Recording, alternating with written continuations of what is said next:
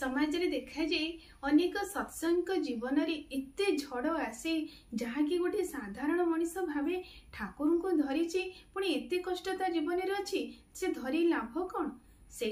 आमे विचलित हबानी कारण आमे जाने पुराण पृष्ठारे किपरि भाबरे आमर हरिश्चंद्र जीवनर तीनोटी जन्मर कर्मर फल गोटे जन्म विश्वामित्र देई तांकु कर्म फल मुक्त करदेले से तो जीवन गुरु को ग्रहण करने एत आवश्यक गुरु ही जानती आम जीवन मंगल केउठारे रही तेणु जदि ए जन्म एत सारा दुख दैन्य आम पाखे पलि आसूची चली आसूची ताले निश्चिंत रहिबा केते केते जन्मर कर्म फल गोटे जन्म देई आमको से कर्म फल विरत देक सुंदर जन्म देवे यह ही हूँ वास्तव घटना विश्वास रखिबा जीवन विधान को मानि चलिबा कंटाई कंटाई चलिबा आउ रखी भाबिबा जे आम पाखरे परम पिता अछंदी निश्चिंत भाबरे आमर ही मंगल पई ये सब देउचंती एटा को भाबिबा जय गुरु।